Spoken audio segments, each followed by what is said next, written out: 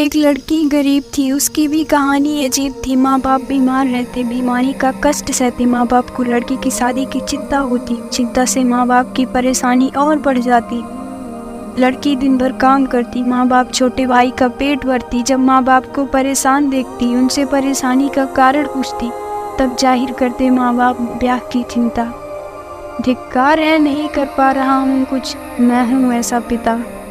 लड़की बोलती, चिंता मत कीजिए, सब कुछ भूल जाइए, कहीं करना नहीं मुझे ब्याह, मैं जीवन भर आप लोगों के साथ रहूंगी, हमेशा आप लोगों की सेवा करती रहूंगी। माँ बाप सुनकर अपनी बेटी की बातें भूल जाते, अपने कष्ट सारे। फिर भी यह सोचकर मन व्यथित होता, अंदर ही अंदर उसकी शादी को लेकर मन चिंतित होता। एक दिन गरीब लड़की के घर आया एक रिश्ता। लड़के वालों ने दहेज फरमाया। सुनकर लड़के वालों की बातें, शादी कैसे करें अनुमान नहीं लगा पाते। माँ बाप लड़के के परिवार के आगे हाथ फैलाए, कृपया करें कुछ रहम फरमाएं, वरना रह जाएगी मेरी बिटिया कुंवारी, कौन लेगा उसके जख्मों में भागीदारी। लड़की वाले अकड़ कर बोले, फिर से अपना मुंह खोले, बेटी तुम्हारी भोले वाली दिखती है, यह बहुत काम वाली, इसको देखकर दहेज ना कर देते, पर दुनिया की रीति रिवाज को हम भी मानते हैं।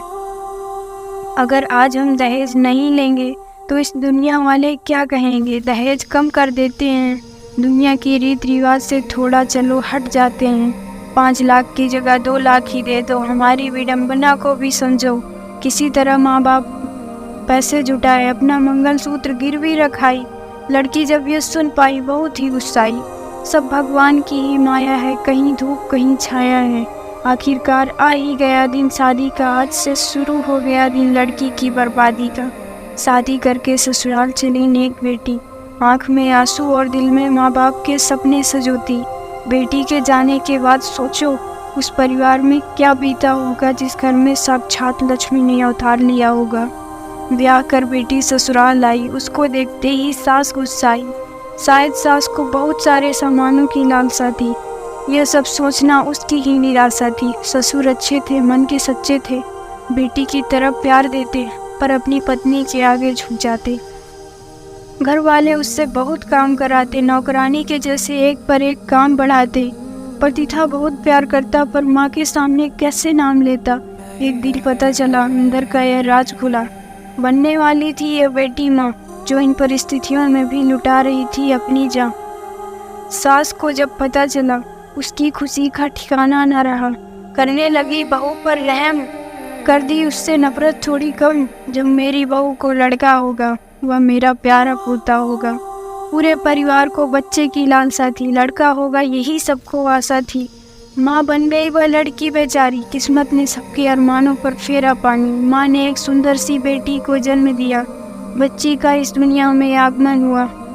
नफरत करने लगे सब उससे, देखते ही देखते बदल गया पति और बदल गए ससुर। यह भी करने लगे माँ के जैसा दुर्व्यवहार। इसमें भला लड़की की क्या गलती, आखिर यह दुनिया लड़के लड़कियों में भेद क्यों करती। जुल्म ढा रहे थे माँ पर वे शैतान, कहीं नहीं दिख रहा था उनमें इंसान। वो माँ पर जुल्म ढाए, दिन रात माँ बेटी दोनों को सताए। जुल्म सहते सहते मर गई माँ बेचारी, भूल कर अपनी बेटी और दुनिया सारी। मरते वक्त भी माँ को यह हो रहा था एहसास, करके जा रही थी अपनी बेटी को अकेला। पाकर उससे छुटकारा खुश हो गए परिवार वाले, चिंता सता रही थी कि इस लड़की को कैसे पालें।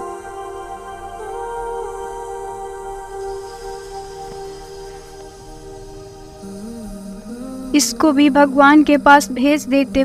सब बोले, इसे कौन मारेगा, यह जिम्मेवारी सास पर आई। उसने अपनी कथा सुनाई, मैं तो इस उम्र में भगवान की भक्त, कैसे कर सकती इस बच्ची का कत्ल। दूसरा अंक ससुर पर आया, उसने भी ना फरमाया। इसके बाद लड़के का आया, उसने यह जिम्मेवारी उठाया। वह सोचा माँ और बेटी की लाश साथ ठिकाने लगाऊंगा, इन दोनों को एक साथ मुक्ति दिलाऊंगा। वह मारने के लिए कमरे में पहुंचा, बच्ची का रोता चेहरा देखा। वह अपनी माँ को न पाकर रो रही थी, शायद उसे भी अनुभव था कि वह अपनी माँ को खो रही थी।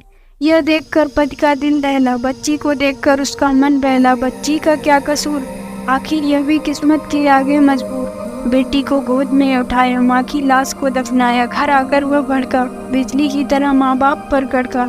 बोला, मैं हूँ बदनसीब, अपनी पत्नी का हत्यारा, आप लोगों के चलते मैंने ही उसको मारा। अब अम्मा, अब आप ही बताइए, खुद ही समझ जाइए, यदि मैं लड़का होता तो आपके साथ भी ऐसा होता? क्या कोई माँ अपने बच्चे को छोड़कर रह पाएगी? सब कुछ भूल जाए पर अपने बच्चे को ना भूल पाएगी। पूरे परिवार को एहसास हुआ, सबको अपने किए पर पश्चाताप हुआ। बच्ची को देंगे खूब प्यार, खूब शिक्षा, पाप कम करने के लिए गरीबों को भी देंगे खूब इच्छा। जब बच्ची बड़ी हुई सबसे पहले उसने पापा कहा।